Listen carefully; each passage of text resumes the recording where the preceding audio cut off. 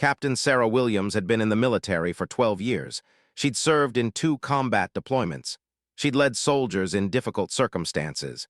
She'd been wounded and recovered. She'd earned her rank through dedication and competence. And she was about to be assigned to a unit that didn't want her. The assignment came through official channels. She was being transferred to the 847th Infantry Platoon at Fort Jackson, South Carolina, to serve as the unit's tactical commander. It was a lateral move, not a promotion, but a significant position of authority. She'd be responsible for 43 soldiers, their training, their readiness, their safety in the field. When she arrived at the barracks, the first person she met was Sergeant Major Tommy Crawford. He was 52 years old, had been in the military for 30 years, and had never served under a female commander. He'd made his views on that arrangement abundantly clear in the first 5 minutes of their meeting. "Captain Williams," he said, his tone barely civil, "I want to be frank with you. This unit is combat tested. We've been through multiple deployments. We have a command structure that works. Bringing in someone from outside, especially." He paused, his meaning clear without needing to finish the sentence. "Especially a woman," Sarah finished for him. "I understand, Sergeant Major, but I'm not here to change the structure. I'm here to lead this unit effectively." "We'll see," Crawford said, and he walked away. Sarah had dealt with resistance before. In her 12 years of service, she'd encountered plenty of officers and enlisted men who doubted her capability because of her gender. She'd learned that the best way to address that doubt was through performance. She did her job well. She proved her competence through action. Eventually, most people's skepticism faded. But Crawford was different. He didn't just doubt her. He seemed to resent her presence. He questioned her orders in front of the soldiers. He made comments about her decisions being too cautious or too aggressive, as if there was no way she could get things right. He laughed when she spoke to the unit, as if everything she said was absurd. Over the next few weeks, Sarah tried to connect with the platoon. She studied their records. She understood their strengths and weaknesses. She developed training plans that would make them better. She tried to be approachable and fair. Crawford undermined her at every turn. During one training exercise, Sarah made a tactical decision that required the platoon to take a longer route to avoid exposed terrain. Crawford laughed out loud in front of the soldiers. "Captain Williams thinks the enemy is going to let us take the scenic route," he said mockingly. "Captain Williams is thinking like someone who's never actually been in combat." The soldiers didn't laugh, but they didn't defend her either. They just watched to see what their captain would do. Sarah felt anger rise in her, hot and sharp, but she kept her voice level. "Sergeant Major, the route I'm ordering is tactically sound. It minimizes exposure while maintaining operational efficiency. We're going to execute it. Do you understand?" "Understood, Captain," Crawford said, and he turned away with a smirk. It went on like that for months. Every decision she made was subject to Crawford's mockery. He never quite crossed the line into insubordination that would require formal discipline, but he came close. He questioned her judgment. He suggested she didn't understand combat. He made it clear to the platoon that he didn't respect her leadership. Sarah began to doubt herself. Was she too cautious? Was her tactical thinking flawed? Had she somehow deserved this treatment? These doubts were worse than Crawford's mockery, because she could deal with an antagonistic sergeant major, but she couldn't deal with her own doubts about whether she belonged in this position. The crisis came during a formal readiness inspection. A general was visiting the base to evaluate the 847th Platoon's operational readiness. It was a significant event, and performance during the inspection would determine whether the unit got commendation or would need to retrain. Sarah prepared her soldiers meticulously. She reviewed their training. She checked their equipment. She made sure they understood their roles. She was as ready as she could be. During the inspection, the general asked Sarah to walk through a tactical scenario. He described a complex combat situation and asked her to explain how she would handle it. Sarah outlined her approach methodically. She explained her reasoning. She showed the tactical advantages of her strategy. She was articulate and confident. And when she finished, Sergeant Major Crawford raised his hand. "With respect, sir," Crawford said to the general, "I have a concern about the captain's approach. I think it shows a lack of real-world combat experience. A veteran operator would handle this differently." The general looked at Crawford, then at Sarah. "What's your response, Captain?" the general asked. Sarah could feel her career hanging in the balance. One wrong word, and she'd lose the respect of her soldiers. One moment of weakness, and Crawford would have won. Sergeant Major Crawford has more field experience than I do, Sarah said calmly. That's a fact, but experience and tactical soundness aren't the same thing. My approach is based on established military doctrine and on the specific tactical constraints of the scenario. If Sergeant Major Crawford has a specific concern, I'm open to hearing it. I'm concerned that it's too cautious, Crawford said. In real combat, the enemy doesn't give you time for the cautious approach. In real combat, Sarah said, keeping her voice steady, soldiers who survive are the ones who balance caution with aggression. A commander who sends her soldiers into unnecessarily exposed positions because she's trying to prove how brave she is, that commander gets her soldiers killed. That's not caution. That's wisdom. The general nodded slowly. He looked at the rest of the platoon, he looked at Crawford, then he looked back at Sarah. Captain Williams, I'm going to ask you something off the record. How is your relationship with your sergeant major? Sarah could have lied. She could have said everything was fine. But she'd learned a long time ago that integrity was more important than protecting appearances. Sergeant Major Crawford doesn't respect my leadership, Sarah said. He's questioned my tactical decisions in front of the platoon. He's undermined my authority. I believe it's affecting unit morale. The general was quiet for a moment. Then he said, Sergeant Major Crawford, step outside. I want to talk to you. Crawford and the general left the briefing room. The soldiers waited in uncomfortable silence. When they came back, Crawford's face was red. The general looked at Sarah. Your unit is operational ready, the general said.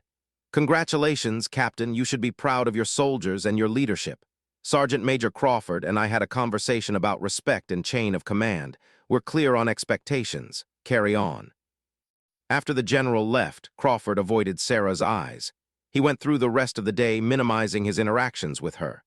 By evening, it was clear that something had shifted, but Sarah didn't know what the general had said. She would find out soon enough.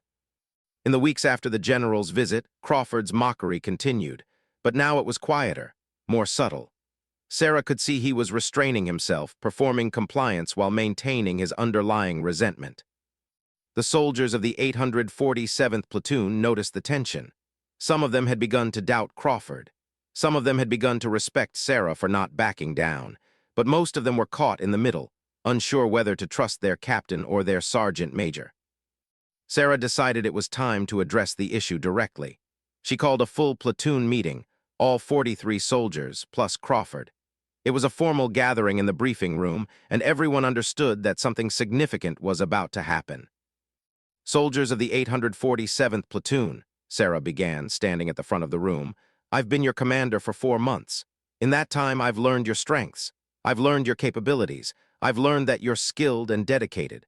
But I've also learned that there's a breakdown in how we function as a unit. There's a question about leadership that's affecting our cohesion. She paused, looking at each soldier directly. I want to address that question directly.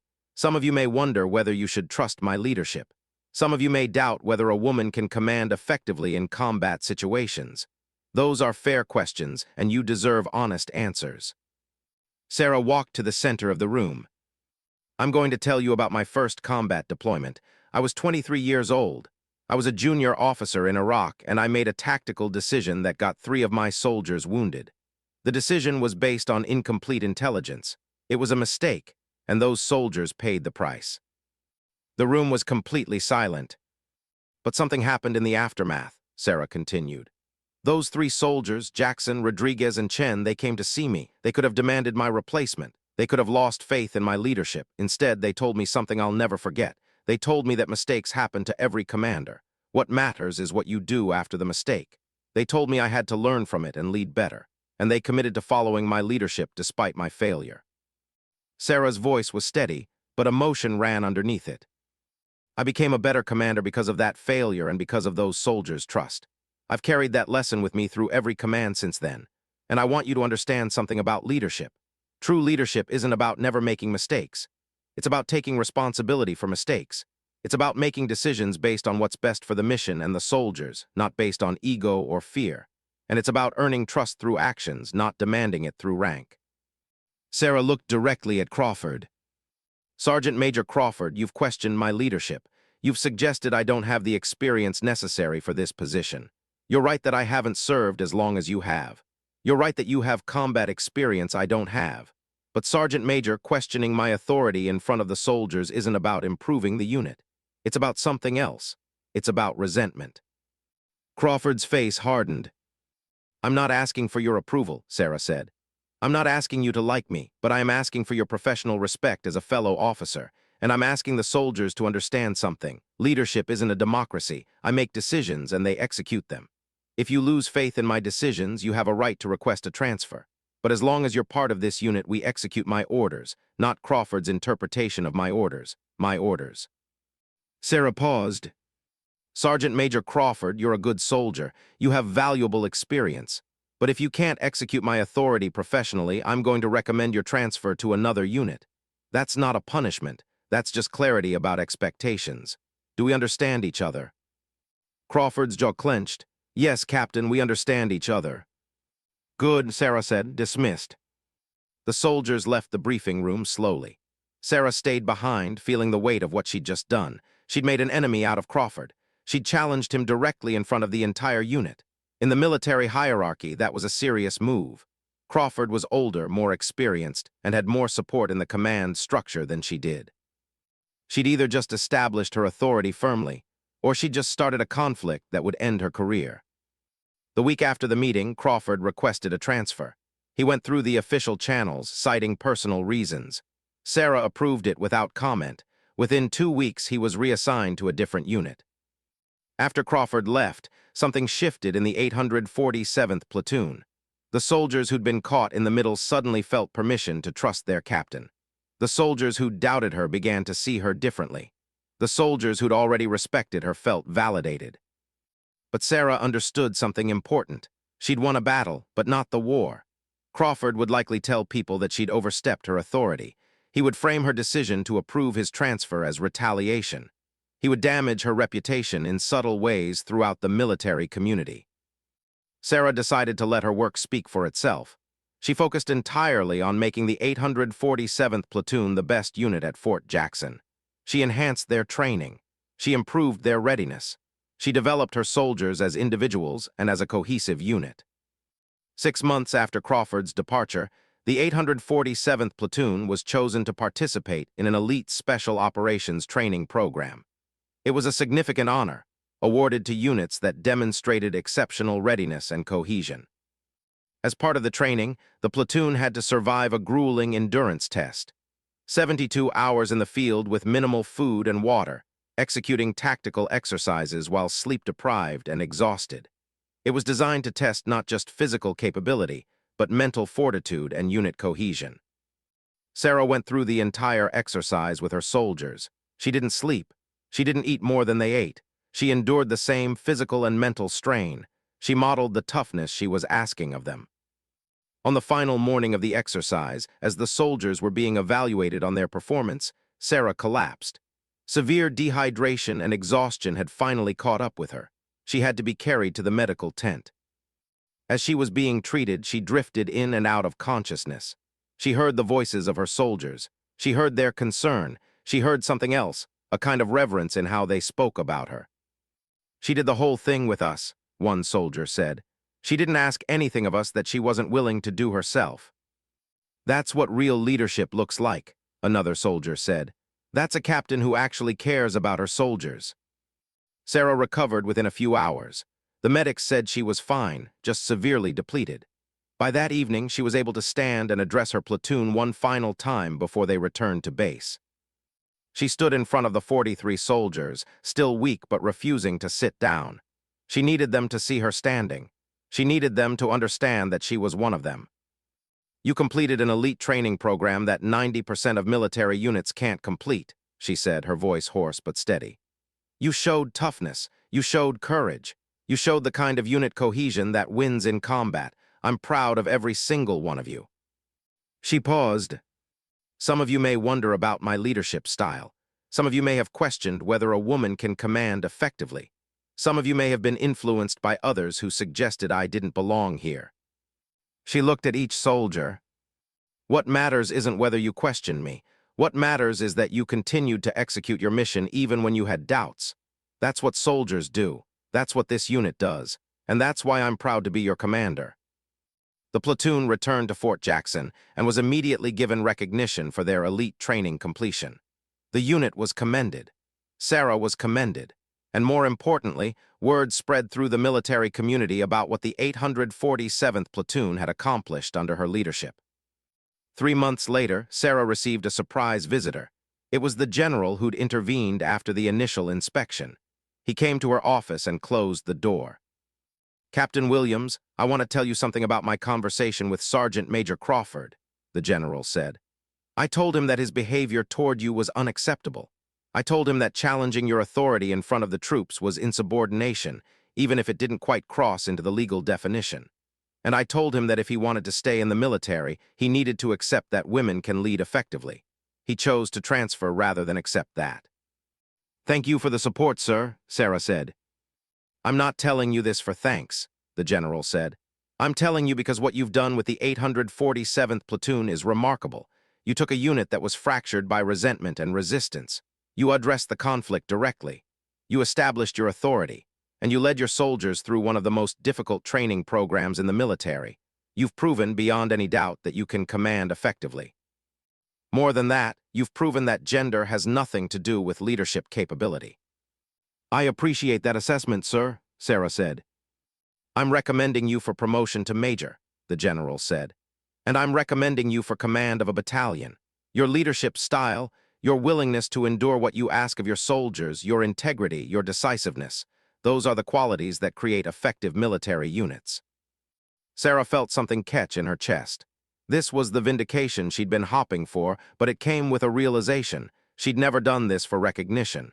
She'd done it because she believed in herself when others didn't. Sarah's promotion to major came through with the next personnel rotation. She was given command of the entire 2nd Battalion, consisting of 3 platoons and nearly 200 soldiers. It was a significant step up from commanding a single platoon. Her first day as battalion commander, she called a full assembly. 200 soldiers stood in formation, waiting to hear from their new commander. Sarah stood at the front, in her new major insignia, and looked out at the soldiers in front of her. "I'm Major Sarah Williams," she said, her voice carrying across the assembly area. "I'm now your battalion commander. You're going to learn very quickly that I have high standards. I'm going to demand that you execute your missions professionally. I'm going to demand that you maintain your equipment. I'm going to demand that you treat each other with respect." She paused. "But I'm also going to lead by example. I'm not going to ask anything of you that I'm not willing to do myself. I'm not going to demand perfection, but I'm going to demand effort. I'm not going to dismiss your concerns, but I'm going to make final decisions based on what I believe is right for this unit and this mission." Sarah looked across the entire assembly. "Some of you may have heard about my time commanding the 847th Platoon. Some of you may know that I replaced a sergeant major who didn't believe a woman could lead effectively. Some of you may be wondering the same thing. That's fine. You can question anything you want, but at the end of the day, when I give an order, you execute it. When I make a decision, you support it, not because you agree with every decision, but because that's how military organizations function. That's how we remain effective. That's how we stay alive in combat." Sarah's expression was serious. "Welcome to the 2nd Battalion. I'm excited to work with you, and I think we're going to do something remarkable together." The soldiers didn't cheer, they didn't applaud, but Sarah understood what that silence meant. It meant they were listening. It meant they were taking her seriously. It meant the moment of judgment was about to begin. Over the next year, Major Sarah Williams transformed the 2nd Battalion. She established new training protocols. She improved readiness metrics. She developed her officers and senior enlisted personnel. She created a culture of professionalism and respect. And she did it by leading from the front. When her soldiers trained in brutal conditions, she was there. When they performed difficult exercises, she participated. When they had to make hard decisions about mission execution, she made those decisions clearly and took responsibility for them. The 2nd Battalion became the most operationally ready unit at Fort Jackson. They were commended by higher command. They were held up as a model for how military units should function. But what Sarah was most proud of was something quieter. She had created an environment where her soldiers trusted her, where they understood that she cared about them as human beings, not just as assets in a military system, where they knew that she would take care of them. 2 years into her command of the 2nd Battalion, Sarah received news that Sergeant Major Crawford had been medically retired. He'd been injured in a routine training exercise and was no longer fit for military duty. He would be leaving the military after 30 years of service. Sarah attended his retirement ceremony. It was the right thing to do, despite their history. She stood in the audience as Crawford received his commendations and recognition.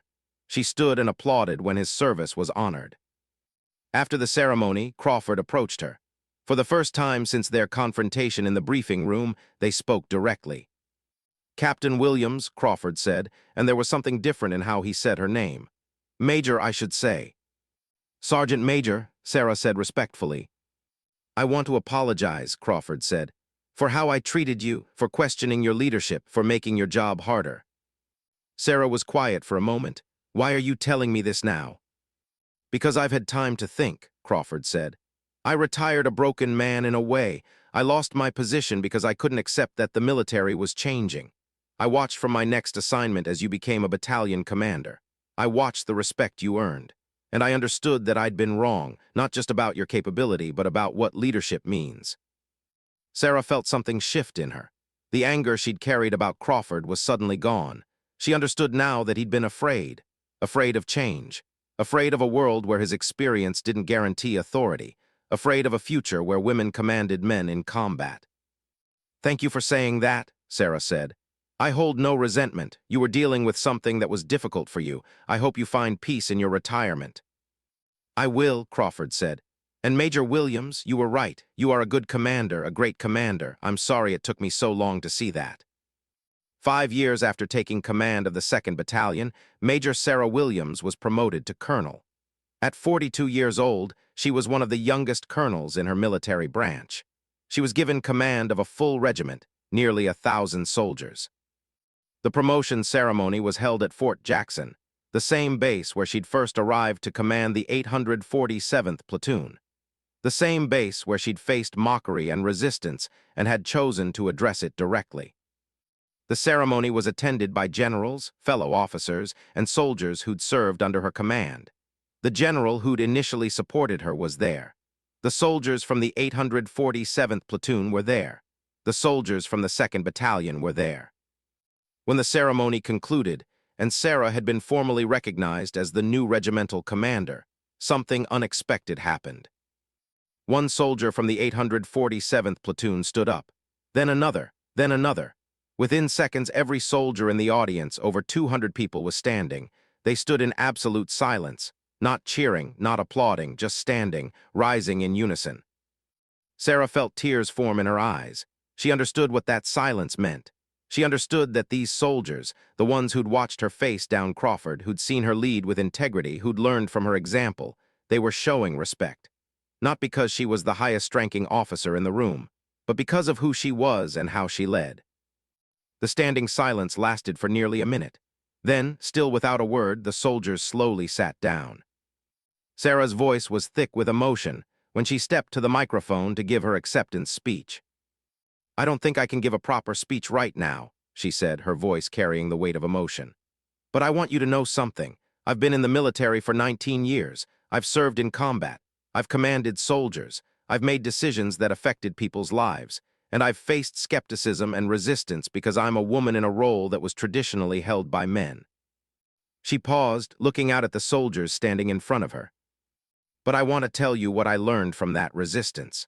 I learned that proving yourself isn't about changing who you are. It's about being unwilling to accept dismissal. It's about standing firm in your beliefs when others doubt you.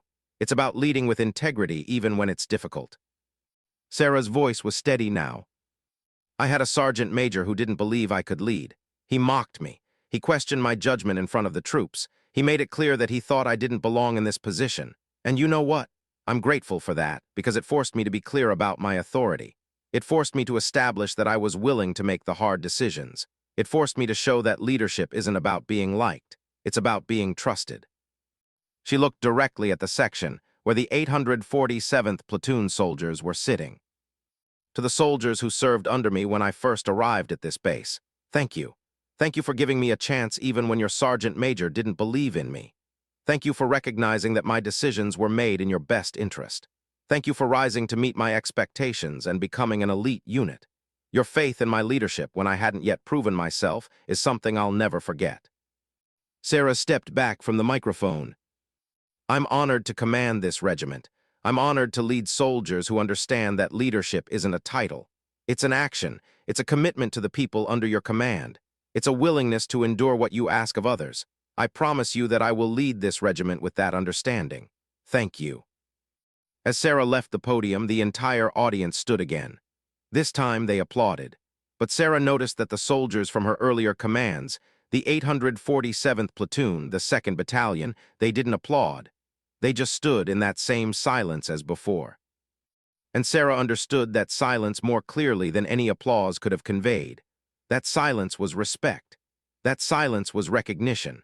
That silence was soldiers honoring an officer who'd earned their trust through integrity and willingness to lead by example. Later that evening, Colonel Sarah Williams sat in her new office as regimental commander. It was larger than her previous offices. It had windows overlooking the parade ground. It had the kind of space that befitted someone who commanded 1,000 soldiers. But the thing she placed on her desk first was a photograph. It was a photograph from that first month of her assignment to the 847th Platoon. It showed her with Crawford before the conflict.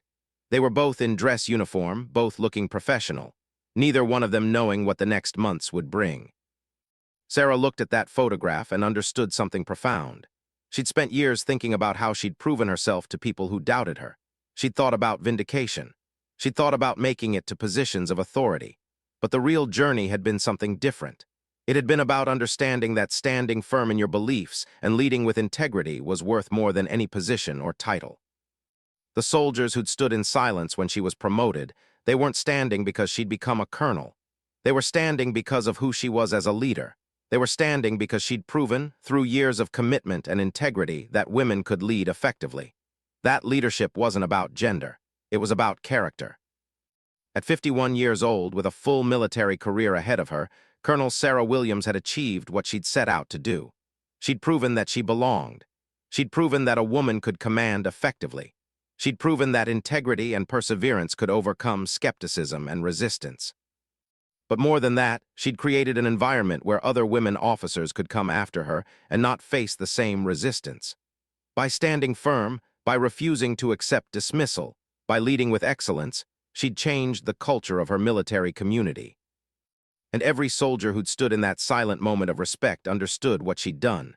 They understood that they were honoring not just a colonel, but a pioneer, someone who'd faced mockery and chosen not to respond with anger but with excellence, someone who'd proven, beyond any doubt, that leadership transcends gender. That silence, that standing, wordless recognition from over 200 soldiers, was the truest measure of her success. Not the titles, not the promotions, but the respect of the people she'd led and the knowledge that she'd changed things for those who would come after her.